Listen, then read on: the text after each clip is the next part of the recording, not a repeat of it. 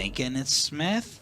Or are you thinking? I'm thinking it's Mazi Smith or Miles Murphy. Yep, one of those. Why not Nolan Smith? Because of what you just said. Same deal. Nolan Smith to me is just like he's tweener. Okay. Just for me. I mean, well, pick is definitely in. The high fives all going around the table here and like that. They evidently got their guy that they wanted. So. They're taking advantage of this being America's team on the TV side. The Cowboys ran it all the way down, and now they're drawing this out as long as possible. A reminder, we will have the player on the phone first. Here it is from the commissioner, the Cowboys pick. As promised, the Cowboys pick. With the 26th pick in the 2023 NFL Draft, the Dallas Cowboys select Mazi Smith, defensive tackle, Michigan. They took a Michigan man off the board. Mazi Smith. Wow. All right, let's get the profiles with everybody's scouting report. Defensive tackle for the Dallas Cowboys. Yeah, this is Mazi Smith. When you watch him play, and everybody was talking about him earlier on the build-up there. It was about power and all this. He plays as a true one technique. Stats, numbers are not going to be super flashy, but he does a good job of handling the dirty work for the defense. I think he's got rare athletic ability for a man his size, 6'3", 323. When he comes off the ball, he can be a load to handle. When working one-on-one, he doesn't have many pass rush moves, but he does show plenty of power. He can be disruptive inside. He can be a hard guy to move just because of his strength.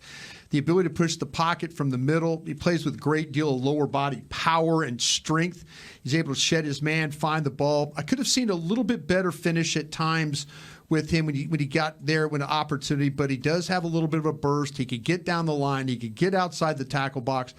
He's really good when he can work straight ahead. That rare size, athletic ability. He had a gun charge against him in October, but everything should be cleared up by right now. He was dealing with that when he was at Michigan, and it seems like that's all past now. So last year at the Combine, I was told, watch out for this Tyler Smith cat. Watch out for him to come up. I never really thought he would be an option in the first round. I always thought he'd be a second-round option or early second round as a trade-up potential.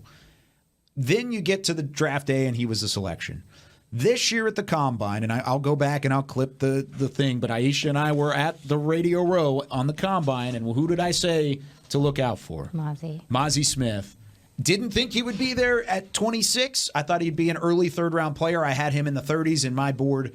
I still think he was the best run defender in football last year in terms of a defensive lineman. Bruce Feldman had him at the top of his annual freaks list. He is an absolute freak. Great strength, his lateral quickness. You combine to really put together a prototypical one-technique build that's able to take up multiple gaps and allow for players behind him to play freely. He's never going to blow back an offensive line. He's not going to be a huge pass rush contributor, at least early in his career. But you talk about stopping the run, jumping up, and being a considerable force to move in the middle of that defensive line. Mazi Smith is that guy. I think this is a fantastic fit.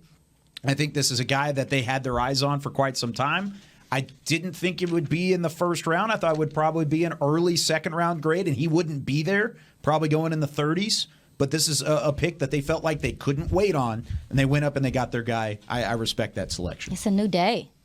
A DT in the first round. Right? Absolutely right. What's happening? Absolutely right. And Brian made such a good point about him not being some flashy guy. You got to watch him. You got to watch the impact that he makes in the run, against the run, and just obviously being a tone setter like we talked about. The battle between him and Steve Avila was actually one of my favorites to watch this year, just how technical Steve Avila is, and Mazi and him battling. I think Steve Avila got it was a battle. Fun. It was a battle, and just to see, and you made a good point about his length, Brian. Like he's not super long, but he's definitely going to make a play. He's going to punch. He's going to make plays on the ball when he can. But you brought the guy in here because you want to stop the run better, and he's probably going to make things easier for your edges to be free and do what they need to do. Also, too, you got Jonathan Hankins here for a year. You might need another guy.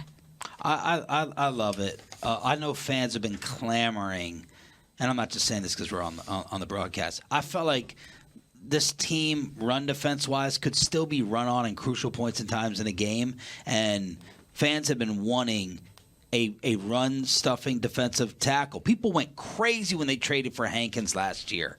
All right, and that's not even the biggest name that was out there. And now you go and draft a guy and invest in it. As you said, Brian Baldinger, NFL Network, kind of, killed the Cowboys for not freeing up Micah Parsons more. It would surprise me if Micah was not doing backflips over this. He's already tweeted. Has he? Yeah. What'd he say? Welcome, Mazi. Pretty much that's it. Okay. But it's a bunch of exclamation points.